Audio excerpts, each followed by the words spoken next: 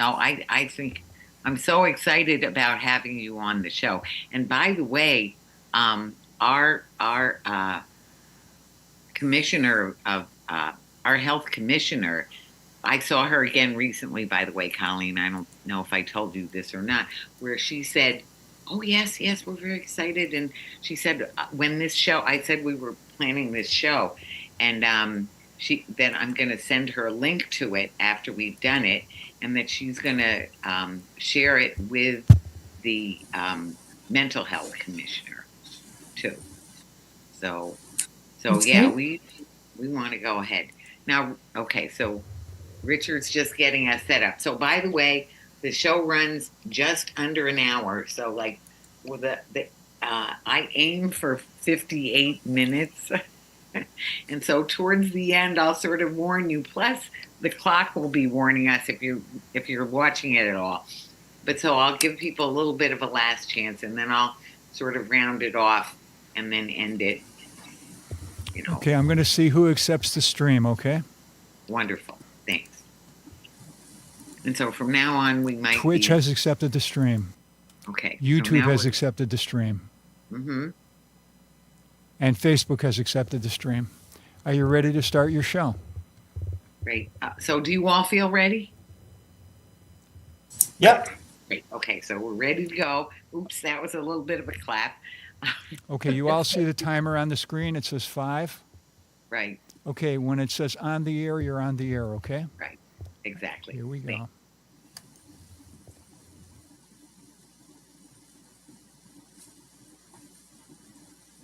Welcome to Talking Peace with the Western New York Peace Center, being recorded at Think Twice Radio in the home of the future, also the home of our friend and producer, Richard Wicca. Thank you, Richard. And we thank, too, our friends at Buff State, WBNY, Buffalo's original alternative radio station at 91.3 FM. Thank you, Buff State. SUNY Buff State University.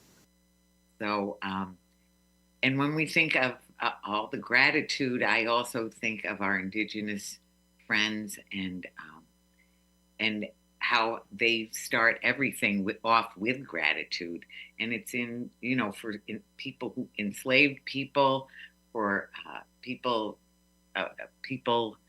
Indigenous people, that gratitude, and really in all of our traditions, that we know that gratitude is so important. And as the Indigenous people say, that we have Mother Earth is providing everything that we need for a good life in this creation. That there's, the water that is life, the plants and all the creatures, the different flying, swimming, four-legged, and the birds, the trees, so many things in our creation, that the sun and the moon, that really allow us everything, and of course the love and the Creator that help us to have the opportunity to care for each other and live a good life in this creation. And then they say, and now our minds are one. So I think our minds are one, at least on this point of that we need community responders programs. And that's what we're going to be talking about today. We're very excited about this show.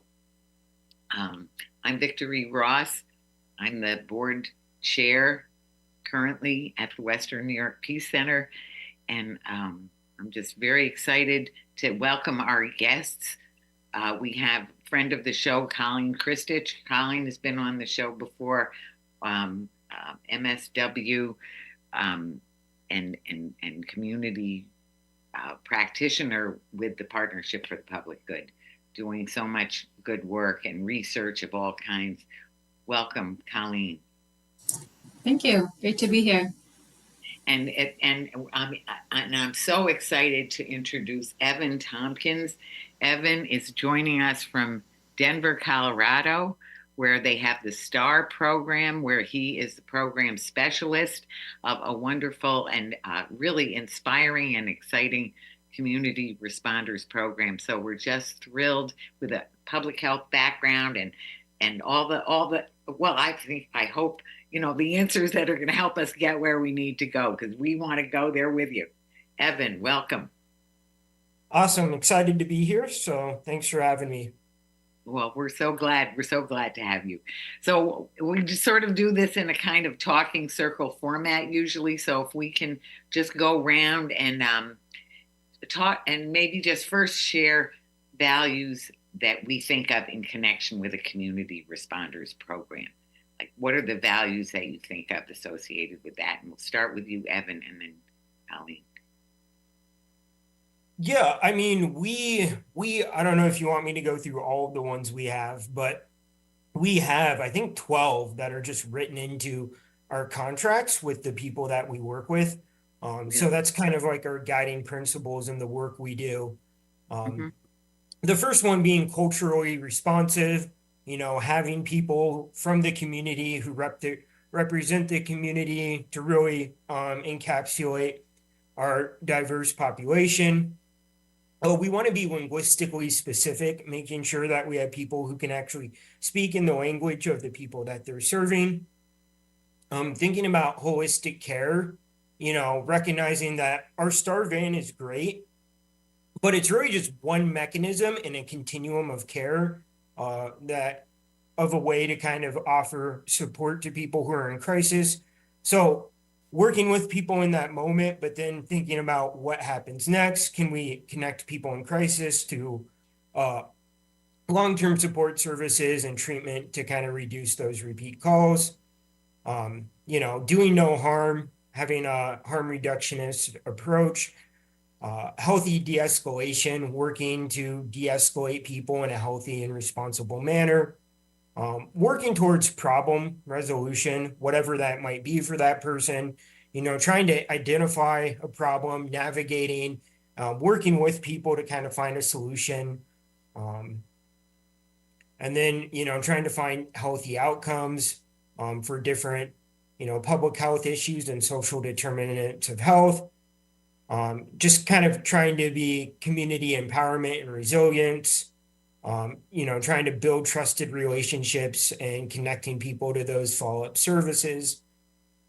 Self-determination is always important, letting people kind of decide their own pathway to what it looks like for them to be safe, and trying to move from survival to thriving, and recognizing that our STAR vehicle program or vehicle in the program can kind of work towards empowerment and support. Definitely nonviolence. We are an alternative to policing. So, we send behavioral health clinicians and EMTs instead of the police to kind of get an appropriate response. And then just really trying to be trauma informed, making sure we recognize the different factors that have affected people's lives and really trying to see the humanity and dignity in everyone that we serve.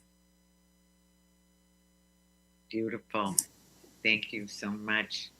Thank you, Evan. And Colleen, what do you think of?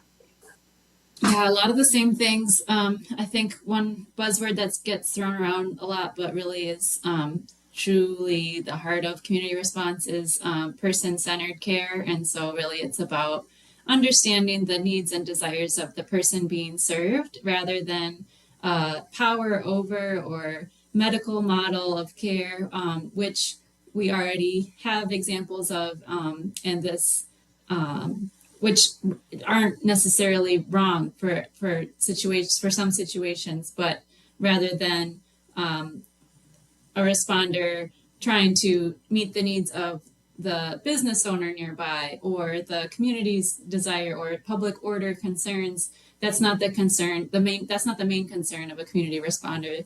A community responder's main concern is the health and well-being of the person that they're serving. So they're a piece of a continuum of services and care that really is there for the person, along with, again, not being a hierarchical sort of top-down, I'm the provider, you're the client type of relationship, really mutuality and peer-based approach to serving and helping someone is a key part of it. That it's not, I'm coming to save you or I'm coming to help you, but I'm here, with you in this situation, and we're going to solve this problem together. We're going to find a solution together, is at the heart of it. And finally, just the aspect of community care, and that really everyone in a community can be, trained to be a community responder in some ways. We're talking tonight more about municipal or organizational level teams, but also at the heart of community response is the idea that we all have a part to play in public safety. We all have a responsibility to our neighbors and to our community to create safety and peace. And it's something that we can all participate in and contribute to every day, trying to prevent crisis from happening, trying to prevent situations from escalating to the point where police might be involved, and that we all can contribute to that. And that really community response teams are, like Evan said, of, from, and by the community and of the people that are, being served, that the responder looks like them, talks like them, sounds like them, as much as possible, I would say, are some of the key parts of community response. Well, it's so wonderful hearing both of you speaking on those principles and values, really. And usually I mention truth and love. I mean, I think about Dr. King, who said, unarmed truth and unconditional love will have the final word in reality. So those things definitely, and I think the truths of what you've been sharing, and the truth that we'll be sharing over the course of this program about how that kind of program can work, is important. But also, I think the beloved community is something I want to hold up, because that really shines through out of what each of you said. That it's not antagonistic, it's not fear-based, it's person-based, it's trauma-informed. And so it's really about approaching in a very respectful, responsive, and it's community responders from the community, that we're all together in this. So anyway, so from that, we could go really into what is a community responders program. So I just invite you to, let's start with you describing yours, Evan, if you would, and then Colleen, you can sort of add in sort of where the group has, what our group has been envisioning as well. So Evan? Yeah, so I oversee the STAR program. It's Support Team Assisted Response. It's an alternative response team that includes behavioral health clinicians and paramedics to engage individuals experiencing mental health distress or substance use disorders. STAR responds to low-risk calls where there are no significant safety concerns. STAR is a civilian emergency response that's dispatched through Denver 911. We can kind of respond to any person in Denver needing urgent help, kind of related to mental health distress, poverty, homelessness, substance misuse, resource needs, and more. Our team can provide medical assessment and triage. Since we have an EMT or a paramedic, they can kind of work with the person, see those, potentially medical needs. There's always the overlap between social determinants of health, mental health, physical health, all those things overlapping. And then, they can help kind of assess for anything related that way. That can also really reduce unnecessary trips to emergency departments as well. Working on resource needs with people as well. We do crisis intervention and de-escalation. And then we can transport people to different resource connections. And then working with the STAR program is always voluntary. So this isn't something we force upon people. We're in operation 6 a.m. to 10 p.m., 7 days a week, 365. So that's just kind of a basic overview of the STAR program. Right, right. Thanks. So Colleen, if you want to, you might have some questions you want to ask. I know I do. One of them being, do you have peer responders as well trained peers, or I know you have health and mental health people. Maybe you want to answer that, and then we'll give Colleen the chance. But that's one question I had. Yeah, we currently don't have peer support specialists in our program. It's definitely something we're thinking about as we expand in the future. What that could look like. We started our model with behavioral health clinicians and then like an EMT and paramedic, so that kind of two-person model. We started with people who were licensed behavioral health clinicians, just so if they needed to write like a mental health hold, that they could actually do it right then and there and not have to involve a police officer. But we're getting to the point where we have enough licensed clinicians, and we do know that having people with lived experience can be, sometimes so much more beneficial than someone with, a license. So sometimes that's how people want to connect. So yeah, definitely something we're thinking about in the future. Well, I know, funding and all of that, and I mean, there's always growing and changing and development going on. But anyway, it's just so exciting and inspiring that you have it going on at that such a beautiful level. So, Colleen, you want to talk a little bit about sort of what we've been envisioning here in Erie County as a pilot program?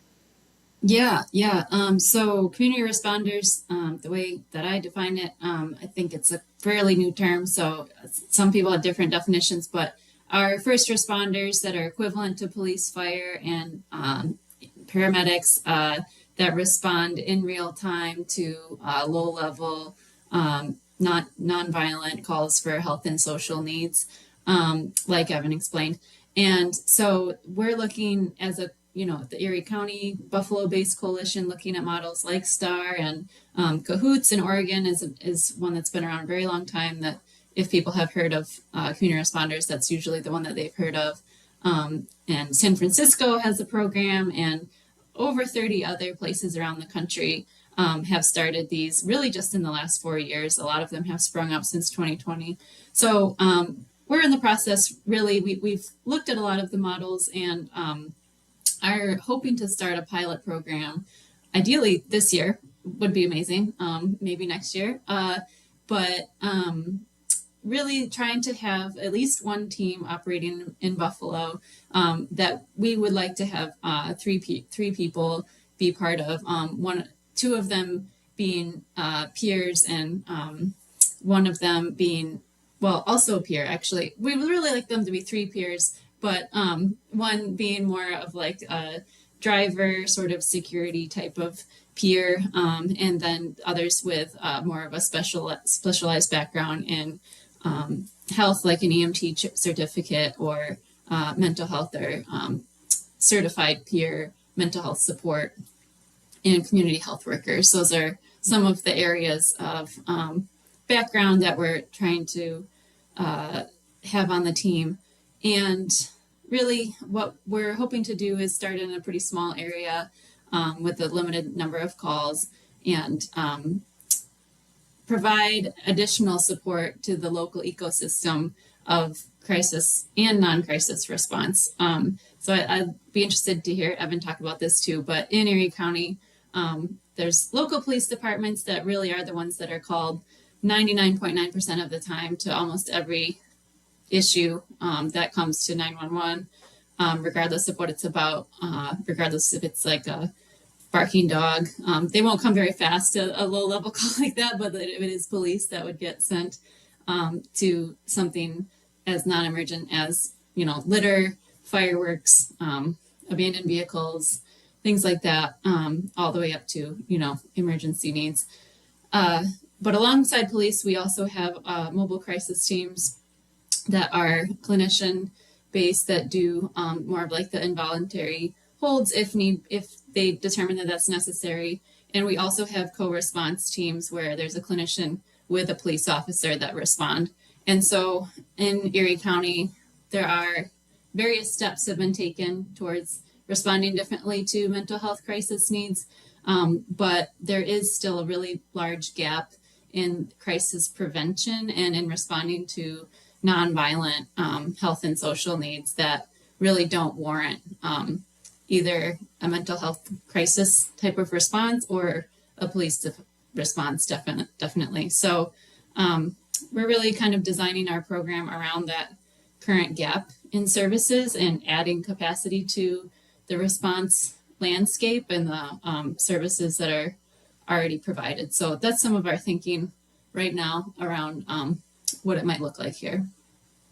Right. But yeah, that's my question for Evan, I guess, is how does the STAR program fit into the landscape of first response in Denver? Please, Evan. Yeah, I mean, we've had a co-responder program as well, where a police officer responds with a behavioral health clinician since like 2017. So co-responders have been around for a while.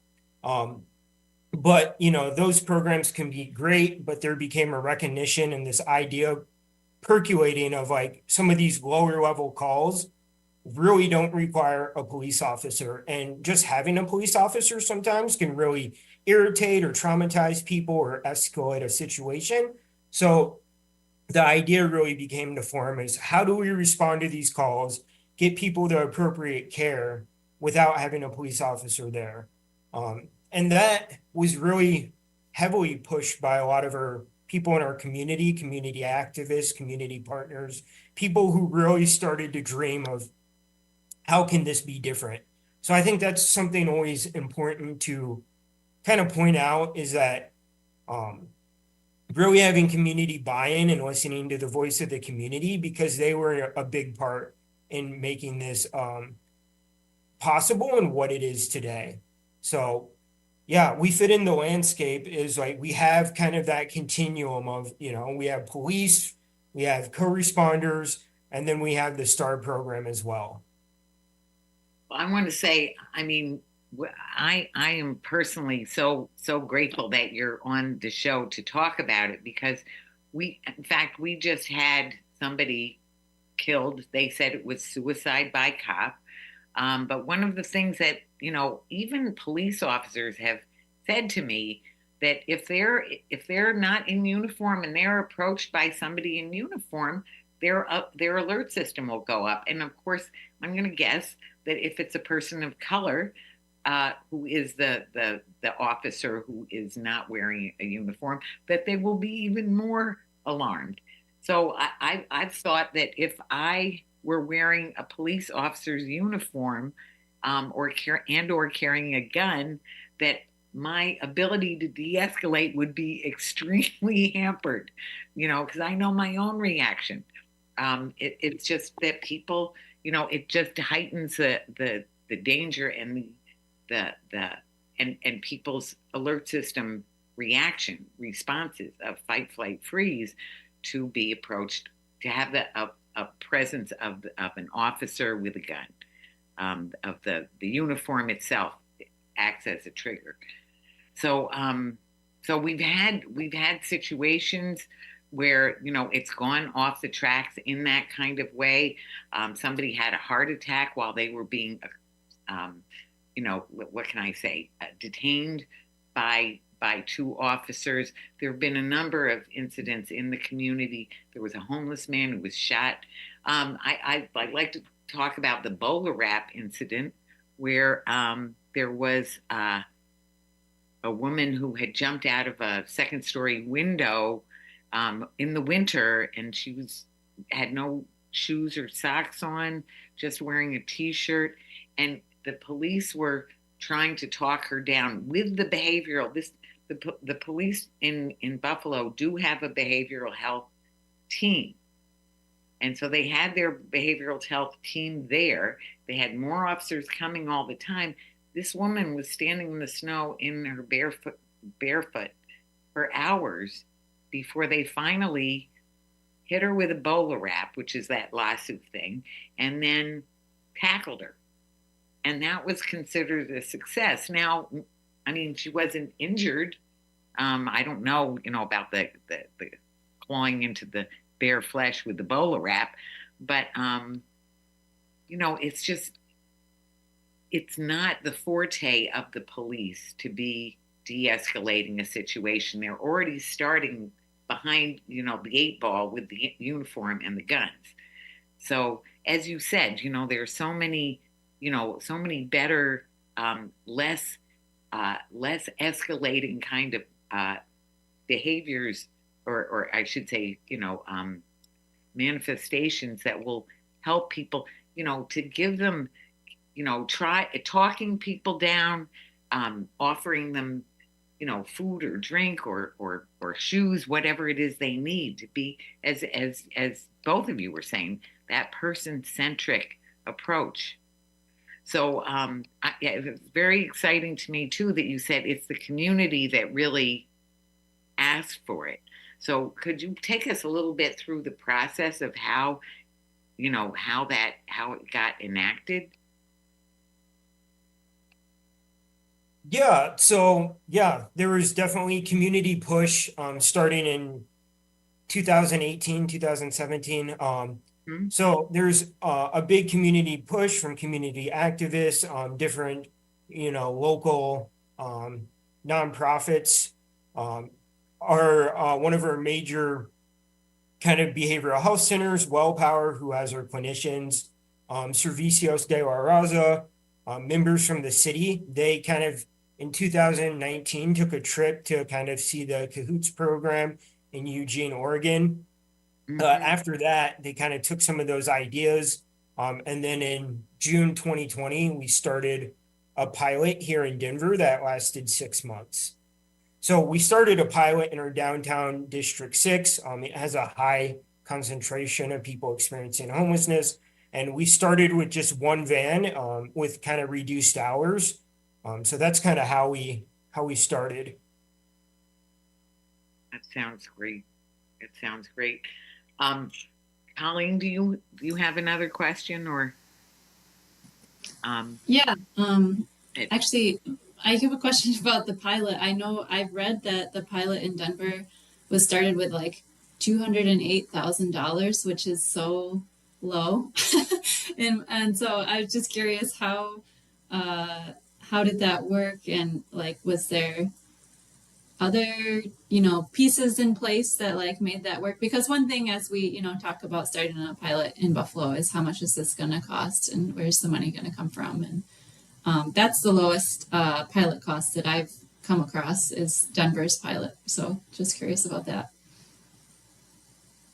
Yeah, I mean, we just had the one behavioral health clinician, the one EMT, and then just having the van. I guess we were probably already kind of integrated in our 911 system, so that wasn't an additional cost. I think too in Denver, since our clinicians are through WellPower, a behavioral health organization, they can bill Medicaid or Medicare for a lot of the clinical services that are provided. So even now, that's kind of a big cost offset for us. Our clinicians almost kind of pay for themselves because a lot of the work they do is something that they can bill to Medicaid or Medicare. I don't know if that's available in every state, but in Colorado, it's something that we can bill, that can be billed to Medicaid and Medicare. Mm-hmm. That sounds great. I wonder too if you would talk a little bit about the crime reduction, because I think, well, first of all, that has it been a 34% decrease or crime reduction, or how is that being measured, and how does that come about? How do you see that? I don't really know about those exact numbers. I know Stanford did a study that kind of gave those numbers, which it was, I believe it was during the pandemic. So, you can take with that what you will. I would think that there's some crime reduction. I don't know if it's 34%, like if Right. I think that's what they came to, but um, that's kind of what they said from their methodology. Right. We partner with a organization called Urban Institute, who's our like third party evaluator.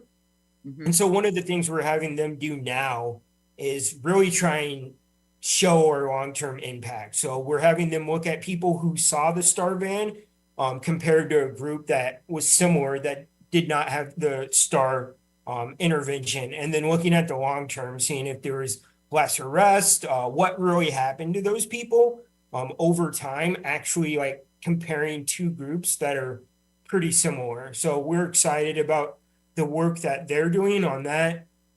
And then they're also doing a cost study analysis. So I think that'll be really helpful for a lot of places as well when that's available. I know not everywhere else is as liberal as Denver, but just thinking of it through a cost saving lens can really help sway different cities sometimes is, you know, if we're taking things off the police's plate, that they honestly probably don't want to respond to anyways. They're being more effective at their job. We're not arresting people. We're not, feeding into this system that keeps eating itself of, unnecessary jail and going to the judge and all those expenses and then unnecessary trips to the ER. Like programs like this, I think can really save cities a lot of money. So excited to actually have like real data on that information in the future. That'd be great. Yeah, we'd love to see that, when you have it. And I just think it's so exciting to be, in conversation with you about actually doing it, how you're doing it, and the all the different, navigating that needs to be done that is being done. So on that note, if you want to take us through a little bit, maybe a couple of examples of some things that have happened, that, without any, specifying details, but just like, what are some of the calls like? And further, I would also ask, what, if things have seemed to be low level, if things start to go a little bit off, has there been, any time when there's been a bigger issue, or when, do the police, are they available if you do need to call them, that kind of thing?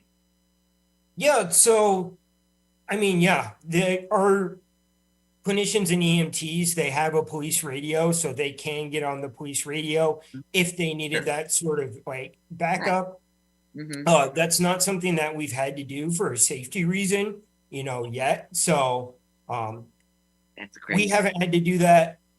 We really do have a good triaging process through 911. They ask kind of the same questions no matter what the call is coming in. And then we have a set of different nature codes that we respond to that are star eligible.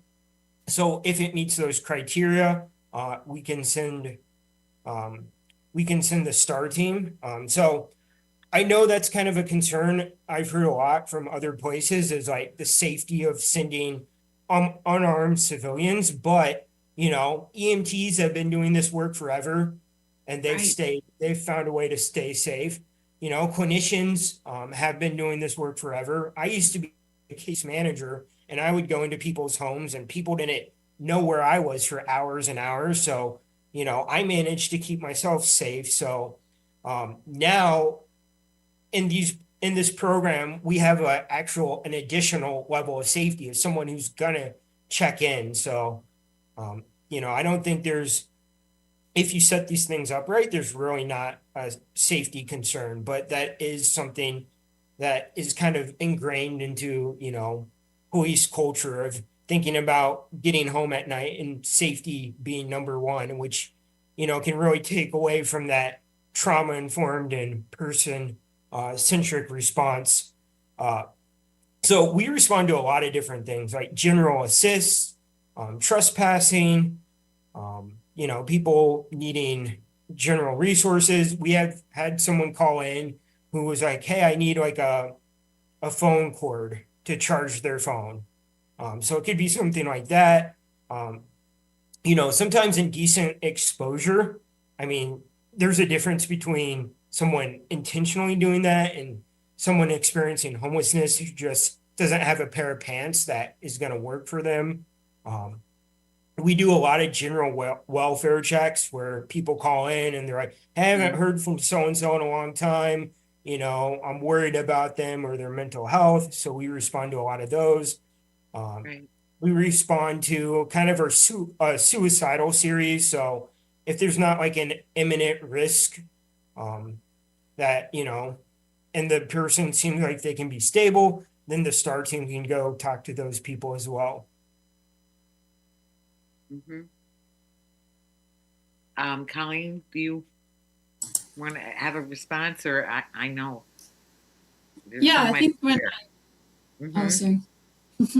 Yeah, I think when I started learning more about these programs, really reading those examples made it real to me, where it is like someone, maybe intoxicated in the sidewalk and the people around them are concerned about them, but they don't really need to go to the hospital. They're not committing a crime. Like those things happen every day, we've all had lots of experiences where maybe we're a little concerned about someone, but there's nothing wrong enough to merit like calling 911 and, Right. risks with 911 and all of that. So it really is that vast number of calls every day that are currently going to 911 that can go to this type of team where it isn't really a crisis situation. Even I think a lot of time we talk about mental health crisis in these types of conversations, and these teams are equipped to handle those types of situations, but most of the time it's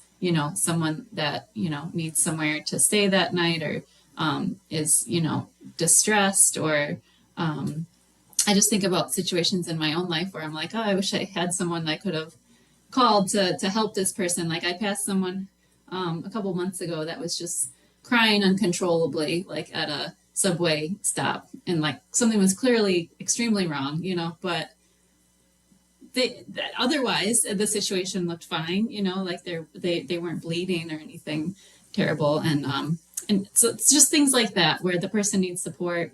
They might need to be driven somewhere like a shelter or a crisis stabilization facility, and those are the types of situations that currently we don't have a responder that is really equipped for that, has the time that to spend on those types of calls, as well as the skills and the flexibility of what they're able to offer that person.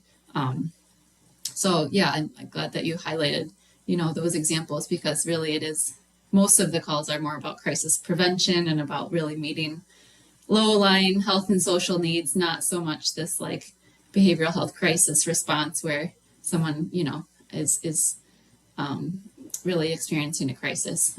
That it's part of it, but it's not nearly as common as those everyday issues, I think.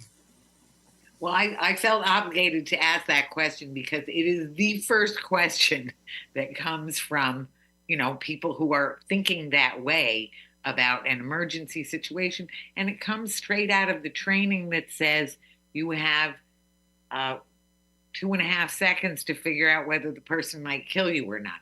So that kind of thinking is like, yes, this is a potential person to kill me. Well, it is, but what are the probabilities? And if the probabilities are very low, unless there's a reason, I mean, it makes me think. I was a mobile therapist, a child and family mobile therapist, and I was in lots of homes, some violent homes.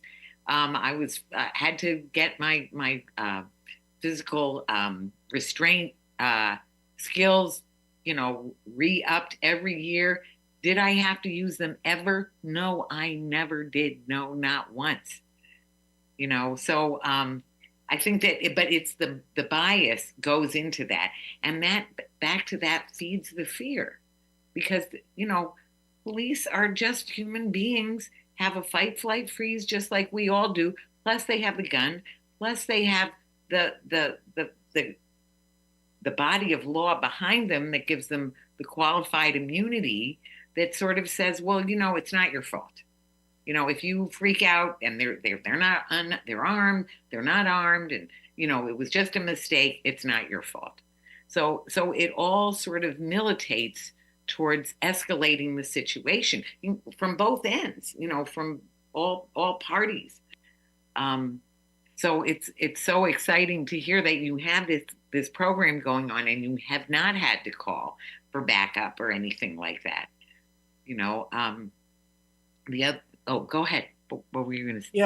Yeah. I mean, I guess I was going to say, 911 has kind of just become a catch-all for a lot of different things that it's not necessarily needed for. And so a lot of times people who call 911, it's not emergent, but they don't know how to get their needs met. And so that's the only way that they know in that moment how to get their needs met. So, sending someone like our team, we can work with the people, we can get them connected to resources, we can help them out in what's going on. Because, in that moment, that's a crisis of, hey, I don't have food on my table tonight and I'm freaking out, and if they call 911 for that, a cop isn't going to be able to fix that. So, working with people in these non-emergent situations, and then we can get them, different resources and hopefully help them learn the skills of other ways to get those needs met.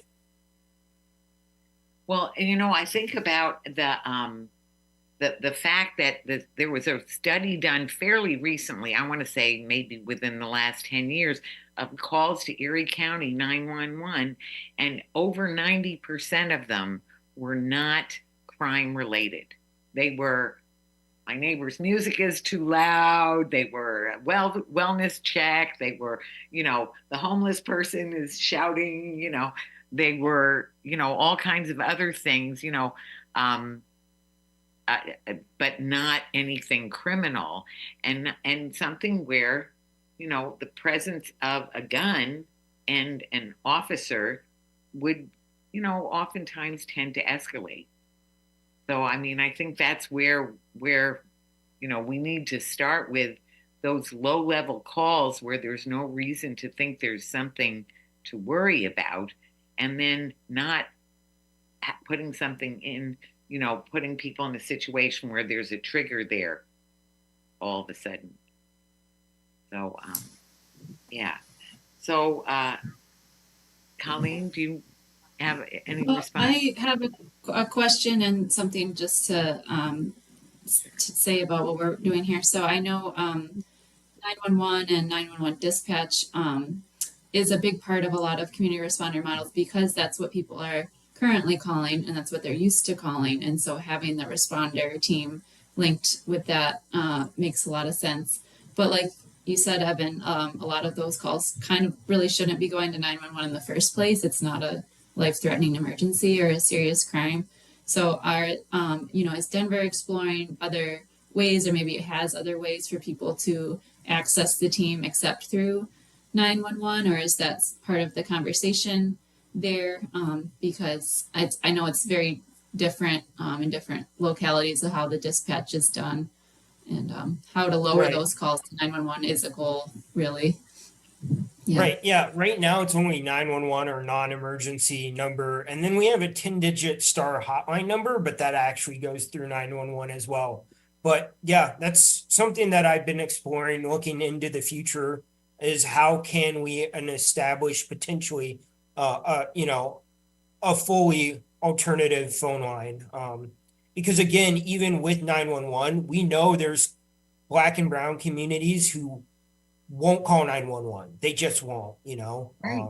And I don't know if there's great data on that, but that's something I've been looking for. But, I know as a Black man myself, like, I'm not calling the police, like I'm not. So, I think, that could be something really important if you can figure out a way to have an alternative line that can also, keep people safe. Because what I've heard on the alternate side is that if someone calls in and is like, well, I have a gun to my head right now, that might need a very immediate response. So I don't know how to balance those things, but yeah, it's something we're, I'm trying to figure out, but I think it's a great place, because that's, again, something that our community in Denver wants, that too, is having a completely alternative way to access the team. Yeah, I think that makes a lot of sense. Back to what we said about the trigger, and that, it's a trigger for the community, and back to it's especially a trigger in communities of color, but it is also a trigger for white people. I want to say, as a white person, I want to say from I've talked with police officers who white men who said the same to me, that they feel that as well. So it's something about a gun. It's something about the dynamics, the power dynamics, which are very different for social workers, for mental health workers, for health workers, for peers if they are included, or even if they're not included.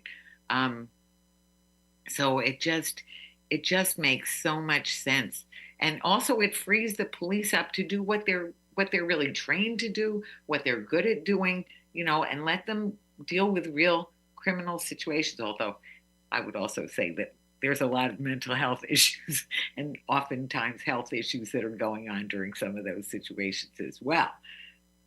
But it still means that, if we can, I love the idea of having an alternate, it could be 911 calls, but it could be somewhere else that people would be more feel freer to call if they know that it's not going to be a call to the police. So I think that's something we could think about trying to institute in a pilot program.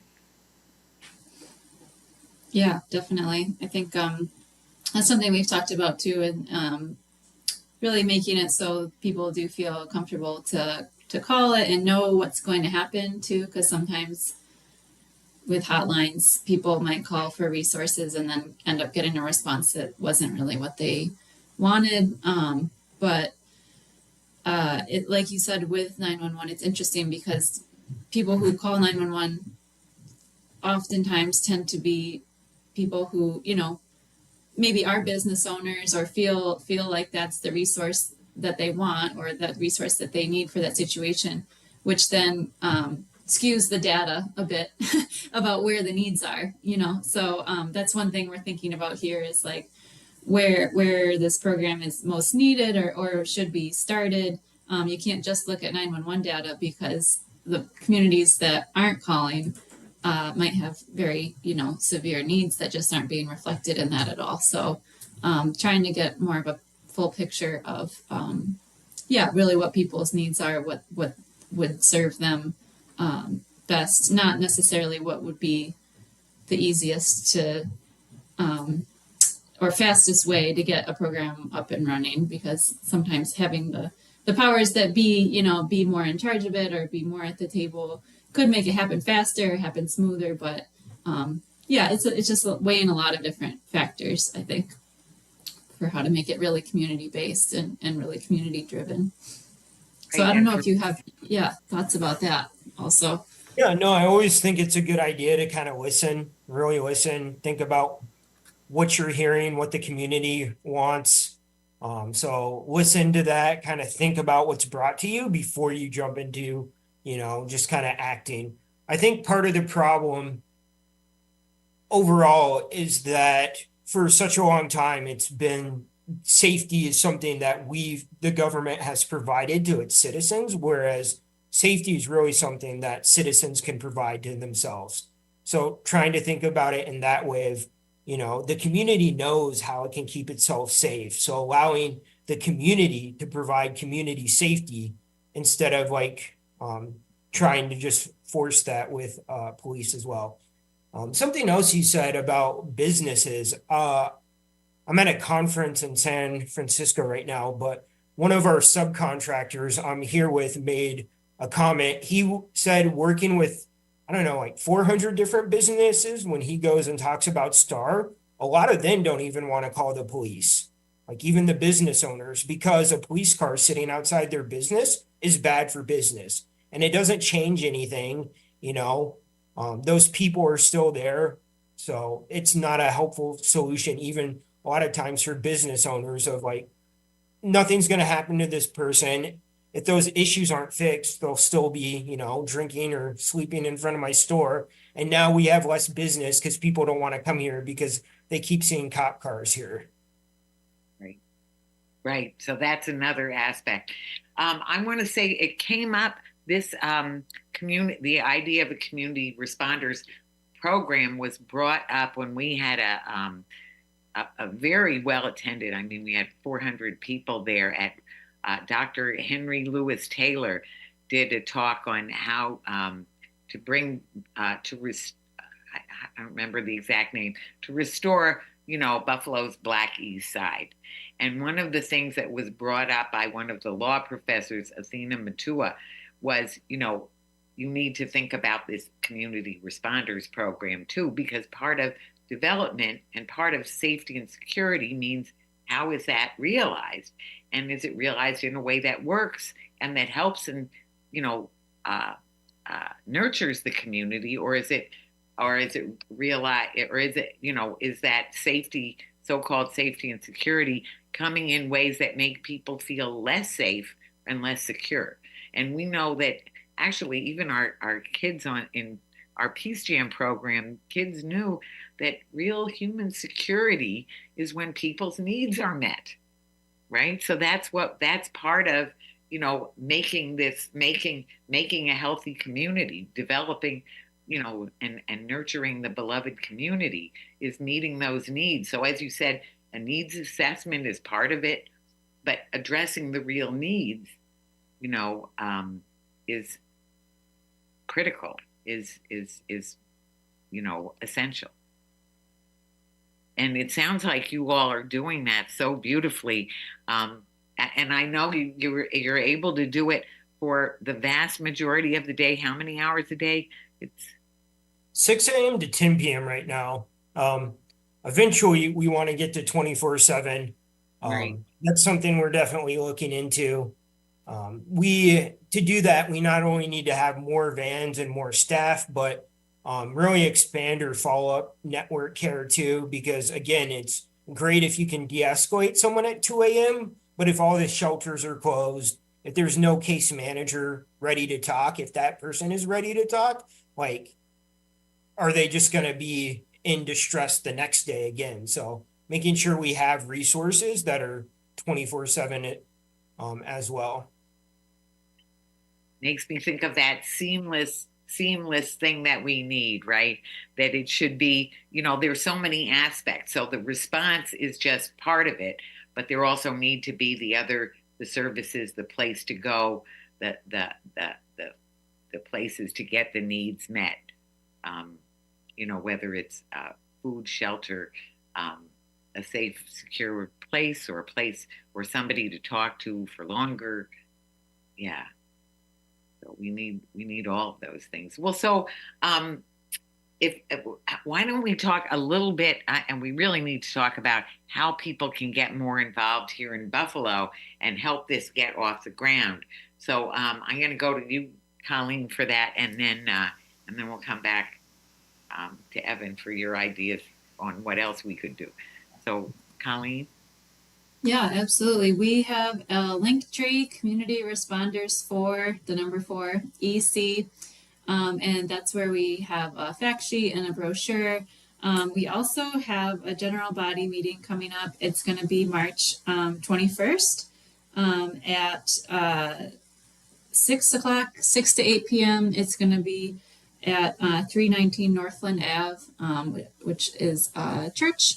And I'll share the flyer with you, Vicki. That actually, the location just got confirmed today. But yeah, March 21st at 6 o'clock. Anyone's welcome to come learn more and share your thoughts and your ideas on what community response could look like in Buffalo.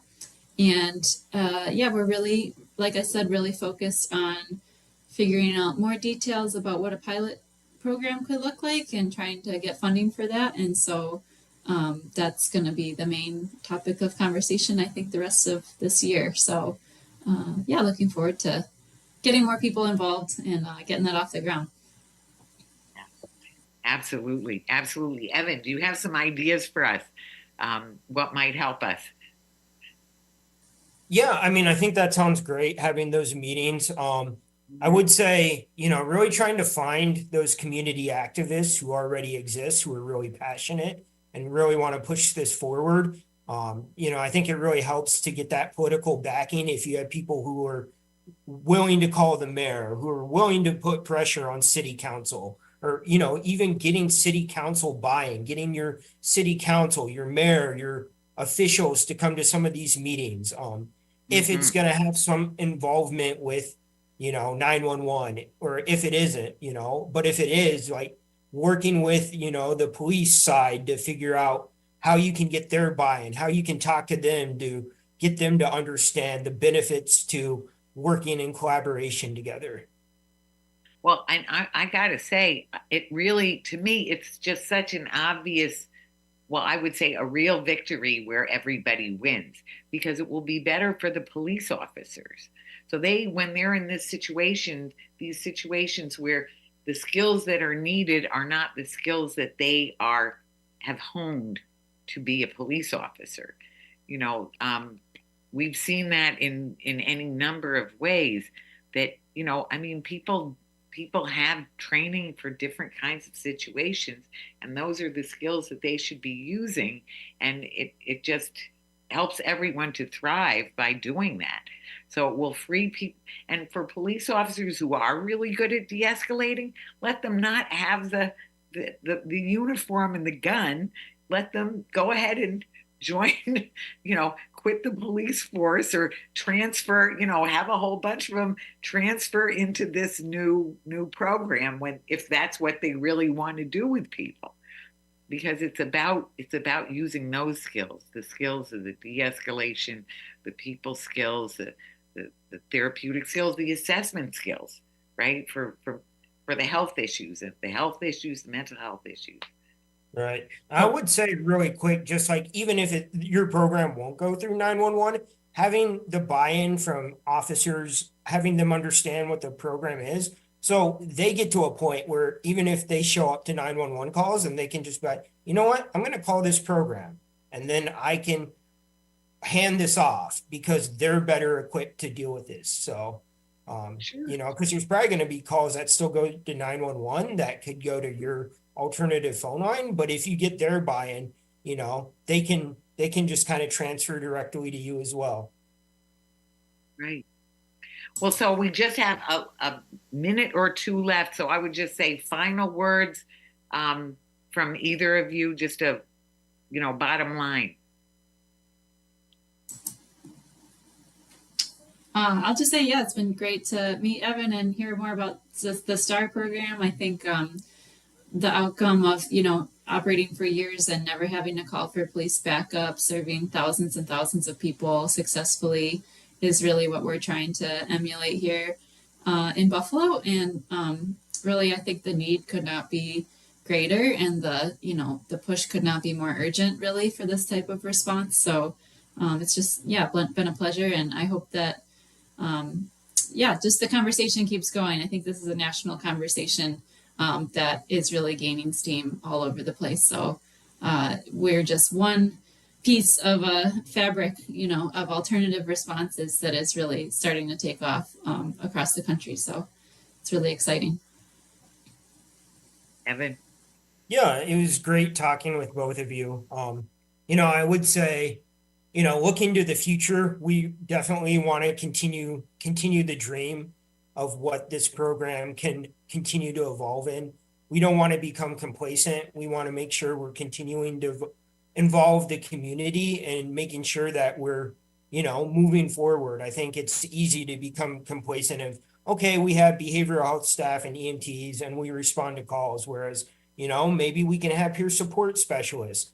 Maybe we can have our own shelter beds or our own resource center, or, our own drop-in walk-in facility, like whatever that looks like in the future, to continue pushing to really make those beneficial changes in our society.